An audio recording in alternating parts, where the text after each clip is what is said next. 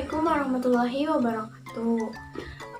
Perkenalkan, nama saya Kania Widyastuti dari kelas 633A06, nomor induk mahasiswa 6320334. Nah, di video kali ini saya akan mereview tentang materi manajemen persediaan yang sebelumnya sudah dijelaskan oleh dosen saya, yaitu dosen mata kuliah Manajemen Keuangan yang terhormat Bapak Brian Givan. Oke, kita langsung saja ke pembahasan.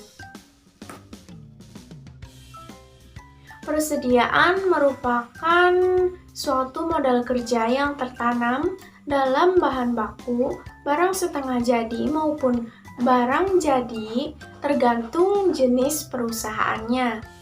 Persediaan merupakan elemen dari modal kerja yang selalu dalam keadaan berputar, di mana secara terus-menerus mengalami perubahan.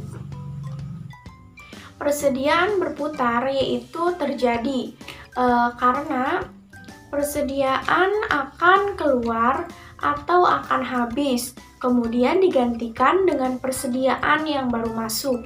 Seperti istilah dari metode persediaan yaitu FIFO dan LIFO. FIFO itu first in first out dan LIFO itu last in first out. Nah, jadi kalau misalkan ada barang yang masuk, pasti akan keluar nih atau akan dijual. Nah, itu disebut dengan elemen modal kerja yang berputar atau berubah-ubah. Misalnya, kita stok bulan ini mendapatkan 1.000.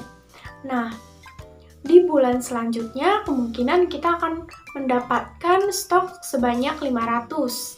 Jadi, tergantung seberapa banyak kita menjual dan seberapa banyak kita memproduksi. Macam-macam persediaan. Nah, persediaan yang ada di dalam perusahaan dagang itu hanya terdapat persediaan barang dagangan saja. Tetapi persediaan yang terdapat di dalam perusahaan industri itu ada persediaan bahan baku, persediaan barang setengah jadi, dan persediaan barang jadi. Persediaan merupakan elemen utama karena yang pertama, jumlah persediaan lebih besar dibandingkan dengan jumlah modal kerja lainnya. Yang kedua, aktiva yang selalu dalam keadaan berputar, di mana selalu mengalami perubahan secara terus-menerus. Ya, tingkat likuiditas yang paling rendah. Lead time itu adalah lamanya masa tunggu bahan yang dipesan datang. Nah, contohnya, misalkan ada si A dan si B. Nah, si A ini ingin memesan 2 pasang sepatu kepada si B. Nah, di dalam pembelian ini, maka akan terjadi masa tunggu untuk menerima barang tersebut. Karena si B itu harus mempersiapkan sepatu yang dipesan oleh si A. Setelah siap, baru akan dikirim dan diterima oleh si A. Yang kedua yaitu frekuensi penggunaan bahan dalam satu periode. Apakah bahan ini digunakan sedikit atau tidak? Yang ketiga yaitu jumlah dana yang tersedia. Nah, jika kita mempunyai dana yang banyak, maka akan membeli persediaan yang banyak juga. Tetapi, jika kita mempunyai dana yang sedikit, maka kita akan membeli persediaan sesuai dengan budget yang kita miliki. Yang keempat yaitu daya tahan persediaan. Seberapa lama suatu persediaan itu bisa bertahan? Nah, kalau misalkan persediaan itu tidak bisa bertahan lama, maka bahan persediaan itu harus cepat-cepat diproduksi. Nah, teman-teman, selanjutnya yaitu ada biaya persediaan optimal. Ada dua. Yang pertama, yaitu biaya pesan atau ordering cost. Yang kedua, yaitu biaya simpan atau carrying cost. Biaya pesan adalah semua biaya yang dikeluarkan dalam proses pemesanan. Nah, biaya pesan ini bersifat variabel atau berubah-ubah. Semakin banyak pemesanan, semakin banyak biaya yang dikeluarkan. Biaya pesanan yaitu meliputi biaya selama proses pesanan, biaya pengiriman permintaan, biaya penerimaan, pengecekan bahan dan penimbangan, biaya penempatan bahan ke dalam gudang, dan biaya proses pembayaran. Biaya simpan adalah semua biaya yang dikeluarkan oleh suatu perusahaan dalam rangka proses penyimpanan suatu barang yang akan dibeli. Biaya simpan yaitu meliputi biaya sewa gudang, biaya pemeliharaan bahan di gudang, biaya modal atau bunga yang diperlukan untuk investasi barang yang akan disimpan, biaya asuransi, biaya keuangan barang atau kedaluarsa suatu barang, dan biaya penurunan kualitas.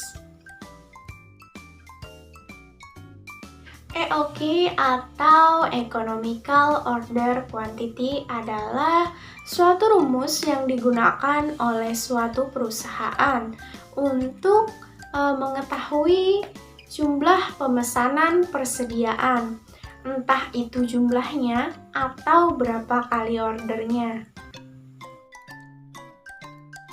Jadi, fungsi EOQ ini yaitu untuk mengatasi jumlah barang yang menumpuk di dalam suatu perusahaan.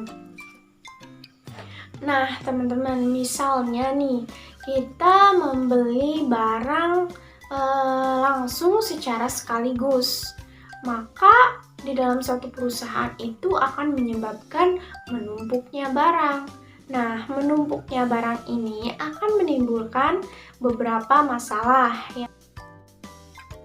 Yang pertama yaitu adanya cost atau biaya. Kenapa bisa terjadi adanya banyak biaya? Nah, karena jika di suatu perusahaan ada barang yang menumpuk, maka barang tersebut harus dirawat agar bisa tetap terjaga untuk sampai kepada pembeli. Masalah yang kedua, kalau barang tersebut terlalu lama disimpan, maka kualitasnya juga akan menurun dibandingkan dengan barang yang baru. Masalah yang ketiga yaitu barang tersebut bisa jadi hilang atau rusak. Rumus EOQ yaitu sama dengan akar dari 2 dikali R dikali S dibagi P dikali I. R adalah jumlah dalam unit yang dibutuhkan selama 1 periode atau 1 tahun. S adalah biaya pesanan setiap kali pesan. P adalah harga pembelian per unit yang dibayar. I adalah penyimpanan dan pemeliharaan di gudang. Biasanya dinyatakan dalam persentase dari nilai rata-rata dalam rupiah dari nilai persediaan. Nah, ada contoh soal yaitu biaya penyimpanan dan pemeliharaan di gudang adalah 40% dari nilai persediaan di gudang. Biaya pesanan sebesar 15 juta setiap kali pesanan. Jumlah material yang dibutuhkan selama setahun sebanyak 1.200 unit dengan harga 1 juta per unit. Nah, hitunglah EOQ-nya. Yaitu EOQ sama dengan akar 2 dikali 1.200 dikali 15 dibagi 1 dikali 0,40 sama dengan akar dari 90.000 sama dengan 300 unit. Nah, untuk mencapai 1.200 unit selama setahun berarti kita harus melakukan pesanan sebanyak 4 kali. Nah, 1 kalinya itu sebesar 300 unit. Ada ada beberapa perusahaan yang menerapkan atau menetapkan safety stock, yaitu jumlah minimum barang atau bahan yang harus ada di gudang. Nah, dari contoh perhitungan EOQ di muka, hitunglah besarnya jumlah barang yang ada di gudang bila ditetapkan safety stock sebesar 25.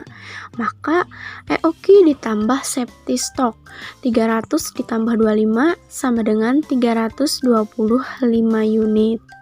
Oke teman-teman semua, cukup sekian penyampaian review materi manajemen persediaan dari saya. Kurang lebihnya mohon maaf, semoga bisa bermanfaat. Wassalamualaikum warahmatullahi wabarakatuh.